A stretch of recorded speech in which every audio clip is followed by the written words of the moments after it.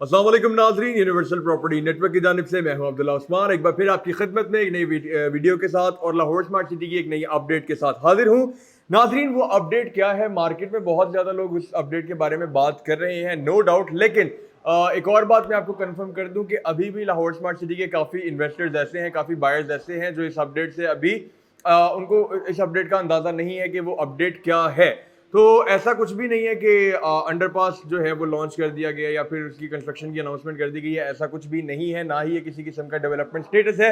बल्कि ये बाकायदा लाहौर स्मार्ट सिटी की तरफ से एक ऑफिशियली मेल जो है वो उसके बायर्स को किया गया है। वो मेल क्या है?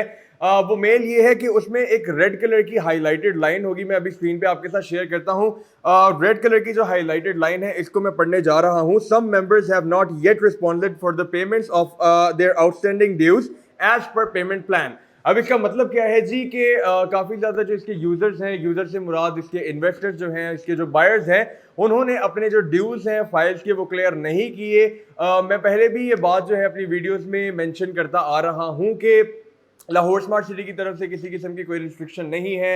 आप अगर अपने ड्यूज नहीं भी पे करते तो लाहौर स्मार्ट सिटी किसी किस्म का आपको जो है वो रिस्ट्रिक्ट नहीं करता किसी चीज के लिए। लेकिन अब सूरत हाल कुछ ऐसी है कि सोसाइटी को लॉन्च हुए हुए खुद ऑलमोस्ट कोई 2 साल हो चुके हैं। सोसाइटी की डेवलपमेंट आप लोगों के सामने है, इवन कि हम लोग खुद जाके वहां पे जो है वो वहां का साइट विजिट आपको करवाते आए हैं। वहां पे जितनी भी डेवलपमेंट जितनी तेजी के साथ होती आई है हम सबको कवर करते आए हैं।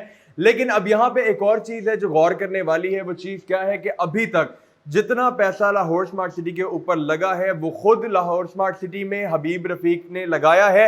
हबीब रफीक इसके डेवलपर हैं, आप लोग ऑलरेडी इस बात से वाकिफ होंगे।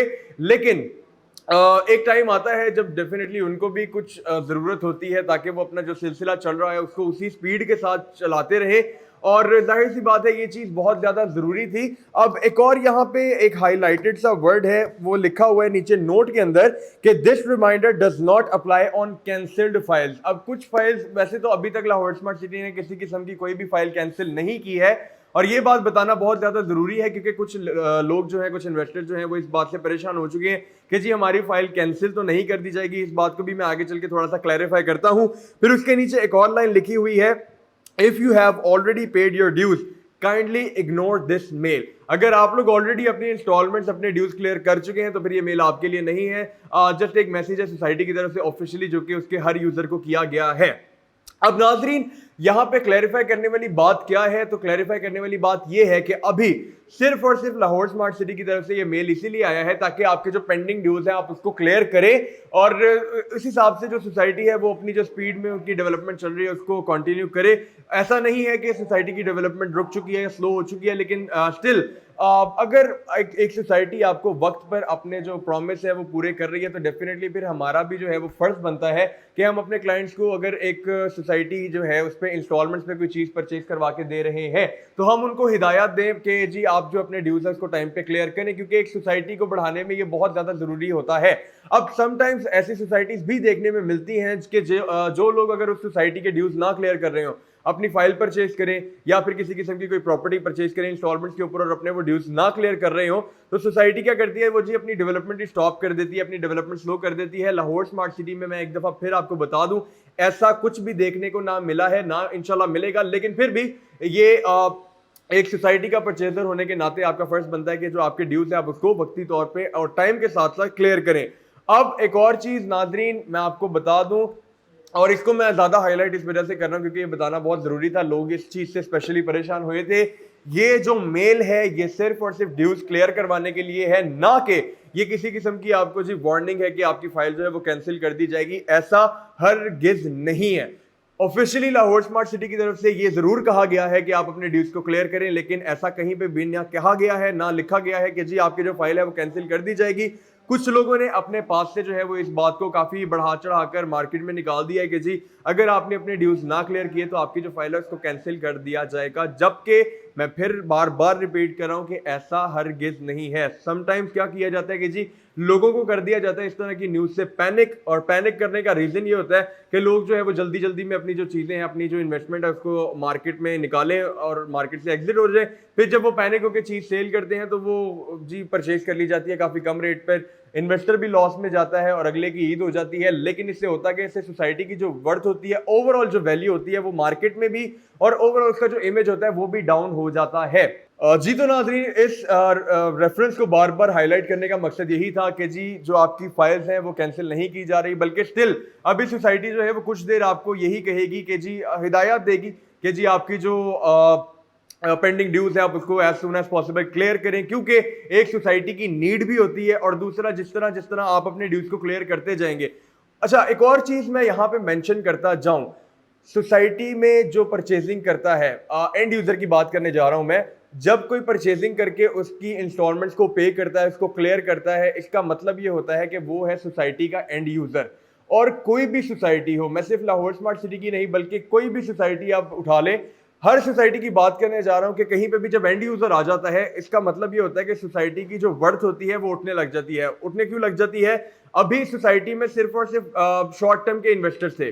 शॉर्ट टर्म से मुराद चीज परचेज की, कुछ देर वेट किया, उसका जब रेट ऊपर किया उसको जी सेल करके तो जी वो वहां से एग्जिट कर लेते थे। लेकिन जब आपको पता होगा कि जी इस सोसाइटी में जहां पे हम लोग जाने लगे, हमें यहाँ पे अपने ड्यूज हर हाल में क्लियर करने पड़ेंगे, आप उसी शर्त पे अपनी परचेजिंग करेंगे, क्योंकि आपने जो है वहां पे या तो घर कंस्ट्रक्ट करना होगा या फिर आपने फाइल को मैच्योर करके प्लॉट में तब्दील करना होगा।